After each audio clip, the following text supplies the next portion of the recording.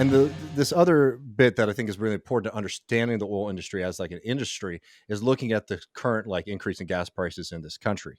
So Abbott and all these freaks are saying, "Oh, Biden is doing Green New Deal policy," which again is bullshit. Biden has given out over 900 new drilling permits in the Permian Basin, just in March alone. He was beating Trump in his first year of his presidency for approving new drilling permits across public lands, etc. Right, like Biden is opening up more land for drilling. Well, So didn't he we're do gonna that at COP? This last COP, didn't he go there and talk about opening up the oceans for drilling? Do you Yeah, remember no, that I last mean, COP? Biden has been a gift to the oil industry, so it's not coming from overregulation. Of course, supply chain has an effect in the sense that like opening up new wells and things like that is a little bit more difficult and tedious now. But also the fact that they fired like a significant portion of their workforce just 2 years ago plays a huge role. And this is the thing that really blows my mind when you start to look at the finance, the balance sheets of these companies. What have they done with this incredible amount of profit that they've gotten over the past 6 months when the gas prices went up? They took that money and they wrote a check to their shareholders in the form of dividends.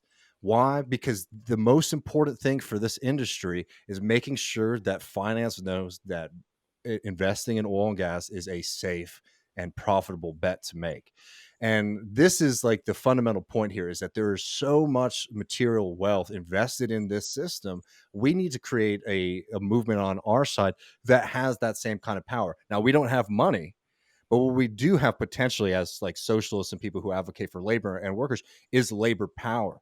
And if that stuff shuts down, then the entire thing doesn't work, right? And you need to be able to leverage that kind of power of organized labor if you want to be able to come at these things, because they have the money to buy politicians. Not that it costs very much to buy people like Greg Abbott and all that, but it plays a big factor, right? They have the ability to sort of hunker down through tough times and get subsidies and protections from the government, right? They have a lot of abilities, but what they don't have is necessarily control of the entire workforce. They have a lot of tools that they use to discipline them, but the potential of labor there is extremely strong, as it is in any kind of like socialist analysis here. So if we're serious about this, instead of just thinking that if we can get the right price on cheap energy, right, through renewables, that this system is just going to transition away. That's just not seemingly like is what is going to happen.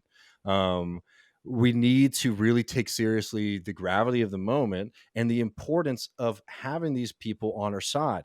And the point is as I was saying earlier, you saw what they dealt with when they were when times were bad in the industry. And also, oil and gas has now taken on a protracted struggle against union labor in the industry. So in Beaumont, Texas, they did a lockout for 10 months. 10 months people were shut out of the workplace. And this was an attempt to decertify the union there. And they had a decertification vote that the union, the USW, barely won. Like I'm talking a handful of votes, and they had to accept a very bad contract at the end of that lockout, right? The point is that there's a hell of a lot more that the Biden administration could be doing. The Biden administration could say to ExxonMobil, we're not going to give you any federal contracts if you're going to be locking out your workers. We're not going to give you federal contracts if you continue to do this kind of stuff. But to make, Sleepy Joe and those kind of people do anything, it's going to take serious, political movement and organization. And this is why the frustration that I have as a left as a whole, there's a lot of groups that are trying to do this work, but it hasn't broken into the mainstream yet, need to start showing up for people in these fights that are just so visceral and real, and they understand them, but they are feeling like they're fighting them by themselves. And this is the transition we need. Yeah. Thank you for watching. Please don't forget to hit like and subscribe on your way out. You can catch the live stream of This is Revolution every Tuesday through Thursday at 6 p.m. Pacific Time and Saturday, 9 a.m. Pacific Time. This is Revolution.